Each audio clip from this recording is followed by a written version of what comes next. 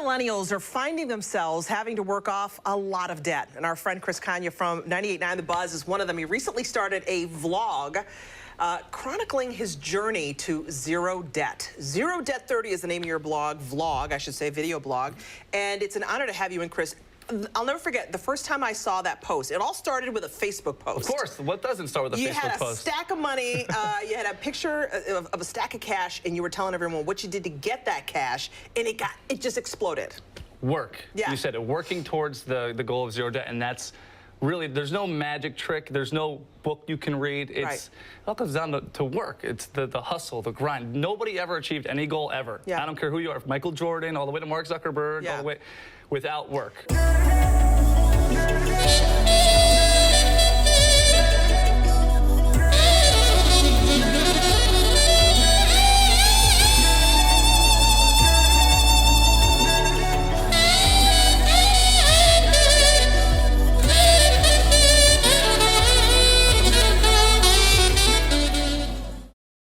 You break it down. You say, I'm 28, right? Mm-hmm. You're like, I'm just like you. I'm not going to teach you to how to get, become a millionaire, but I am just like you. I'm 28, I have a lot of debt.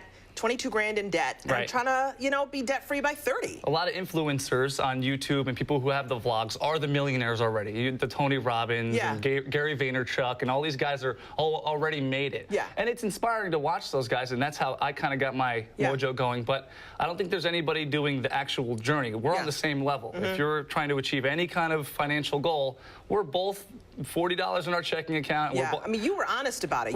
You're telling people all your business. Right. I wanted to show people that it's possible. So you don't see how I did it. You see how I'm doing it on the vlog, which I think is really important. And the thing about a vlog is it's pretty powerful because people can see you go through it. And it's not always pretty. I mean, I saw your video from 2 days ago or whatever.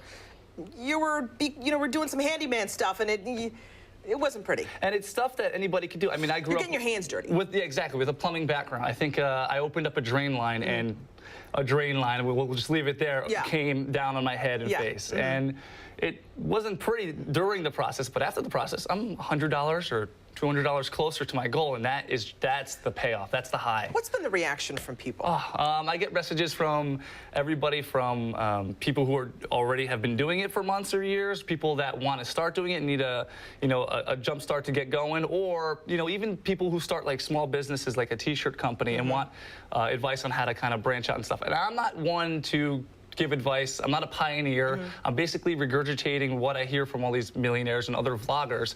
I just kind of want to bring it to Rochester and on the level of the actual process. Right, so you're not like, you're not espousing one person's value. You're just saying, look, I've learned from like reading all these other things, and I'm putting them into practice. This is the application of that. And I'm going to mess up. I'm going to look back on episode 2 or 3 while I'm on episode 50 and say, man, I should have done that. I should have paid that first. I should have worked twice as hard that weekend. I should have relaxed maybe for a couple hours on Sunday. But that's key here, because nothing's for free, right? And not even getting out of debt is for free. Nothing. Because you've given up a lot of stuff. You've given up a lot part of your social life. And you're a young guy, and it's hard to tell your friends no, right? It's very hard to tell them. It's hard to skip the brunches, the 30th birthday parties, the happy hours, but how bad do you want it? I mean, it's work. Too many people, especially my age, the millennial age, go on Instagram and they see other people our age with a Lamborghini or with $100 bills laid on the bed, and they dwell on that. They get upset that they're not at that point. And up until about 2 months ago, that's what I did too. Why am I not here yet? Why don't I have a house? Why don't I have? And it clicked. I didn't work for it. So now work for it. Work towards the goal. Work towards what you want. What was your get up and go? What was your moment where you're like, all right, I got to stop. Enough. When I took a weekend and didn't go to the fun stuff, the brunches and stuff like that, and I paid off a bill for $1,000. This last couple weeks, I had a lot of collections debt, and you'll see it in the vlog. And this last Friday, I made the call to pay off my last collections debt. Now I'm completely out of collections, which for people who aren't in debt and have never experienced that, they're like, wow, well, you should have never been there in the first place. But if you used to get those 1-866 calls, those calls from Idaho and Toledo, you have no idea who it is, and then this is an attempt to collect the debt. Any information, I basically know the script memorized. But anyway, paying that off and starting to pay off and really make progress because of the work, that's when that's the new high. That's the new, that's what I strive for now, that That's feeling. hard, though, because you're, like I said, you're in your 20s, your friends are going out, they're going on vacations, they're going to wherever, and you're saying, look, guys, I really want to hang with you, but I gotta work. I gotta go to work. Right, I'm starting to lose some friends, which is kind of sad, but I hope to gain them back once I kind of mellow out a little bit, because they're doing what makes them happy. And at the end of the day,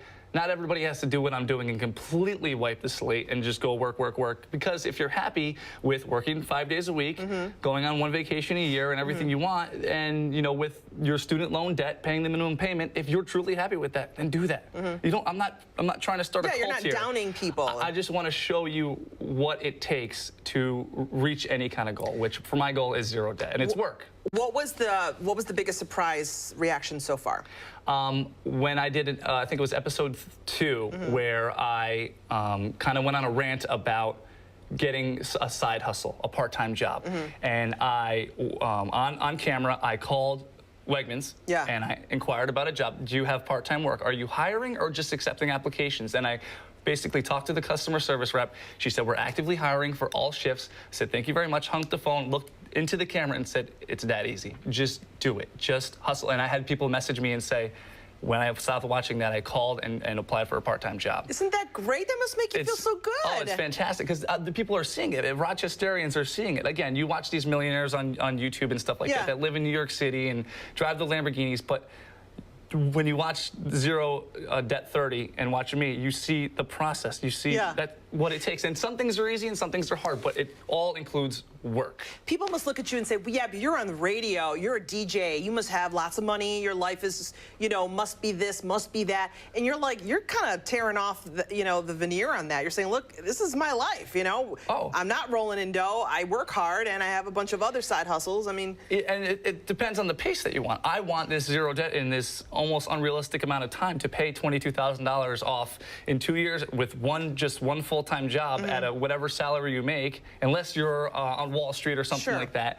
It's unrealistic, but I want it so bad that I'm willing to not go to happy hour 5 to 10 and to go do a bartending thing, pull all-nighters, work on Sunday. I know, crazy, work on Sunday. Yeah. That's nuts. So, so just how bad do you want it? I mean, you can't sit and dwell. If you want it, you have to go get it. No one's gonna go, here's the relief of everything your debt. Here's your Lamborghini. Here's the business you want to start. You're so counterculture, though. You're so counter what other people your age are doing. Does that make you feel like kind of out on the outside sometimes? And I mean this, and I'm not trying to be, I'm saying, like, in our culture today, let's be honest, we want a quick fix. I mean, from anything from how to lose weight to, You're right. anything. We just want a quick fix. Peer pressure is very hard, right? Because, like I said, all my friends are still going out on the weekends. They can't wait to get a beer in their hand or a drink or a brunch or whatever. It's tough, but if you go to bed with the pressure of being in, let's say, collections debt or having, and then you go from not having that, the difference is ridiculous. Your shoulders feel different. Your back, when you lay down, your back, your head is clear. You wake up in the morning different. It's phenomenal, and I encourage everybody to at least buckle down for 1 month, and if you don't like it, then don't do it. Okay, but what you should do is check out Chris's vlog. And, oh, by the way, I was going to ask you before we go to that, you do talk about this on the radio, right? You talk about it on the show? You can watch the vlog on YouTube, Zero Debt 30, and of course you can listen to the journey. We talk about it. We sprinkle it through the morning every morning. It's not the focus, but you do have it on. Oh, of course, yeah. Okay, so where's it on YouTube again? YouTube.com/Chris Konya Radio. If you subscribe, you'll get a notification every time I put up a new video. Oh, or just search Zero Debt 30, the number 30. Zero Debt, the number 30. Check it out. I'm telling you, I've been watching some of his episodes, and I'm like, wow, this is really inspiring, It makes me feel bad that I just went and bought lunch at Wegmans. I'm like, I could have made something. You could have got a part-time job there if you want, though. There you go. And now, and you told me, I learned from watching you. Again, congratulations, Chris. Good luck to you. This sounds like a really interesting journey, and I bet you're going to have people follow you of all different ages. I'm excited. I mean, that's the great thing. It's universal, right? It could be Zero Debt 30. It could be Start a Business 40. It could be Buy a Beach House 50. It all applies to everything, because the root of all of it is the work. Amazing. If this doesn't inspire you, I don't know what will. What up, guys? Episode 12 of Zero Debt 30. My name is Chris Konya, 28 years old, on my way to achieve zero debt by 30 years old, which is April 7th, 2019. We started the vlog with around $22,000 in debt. Proud to share that I am down to $17,400. Thank you, thank you, thank you. And you know exactly how it got done. Now, people have been asking me lately when I started, how many weeks has it been, et cetera, and I couldn't tell you. Off the top of my head, I would have to go back to episode 1, figure out the date, do the math, because I don't care or dwell on how long it's been taking so far and how much progress and how many hundreds of dollars per week I've been paying off. What's my pace? I don't care, because all I'm looking for is forward, progress, that target of zero debt. And I think that's the healthiest way to do it, is the most focused way to do it, and it's the best way to do it. It's the way that's working for me, obviously. There's proof in the last 11 episodes that it is indeed taking work, long hours, focus, dedication, bounce back, self-awareness, and stuff like that. So I just wanted to share that. $17,400, and I couldn't tell you when I started or how much I've paid off per week on average, because all I'm looking forward to is that zero. Forward, forward, forward. Cool news coverage, right? Channel 13, Fox Rochester here in Rochester, New York, did a great job covering Zero Debt 30. They were nice enough to give me like 10 minutes of their airwaves, which is super, super cool. And it's good to have that stuff. I'm lucky that I get to be a part of that, because I can look back and, again, fire myself up.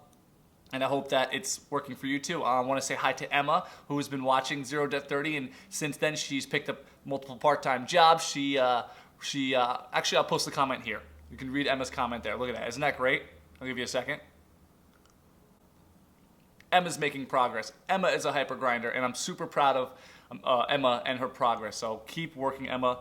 Awesome, awesome, awesome, awesome. It's Friday. We're going into the weekend, and I do have a little assignment for you and for yourself and for me. I'm going to do the same thing this weekend. It's a regular weekend, Friday, Saturday, Sunday. It's no holiday. We go back to work Monday. Everything's normal. But this weekend, I want you to focus on your time.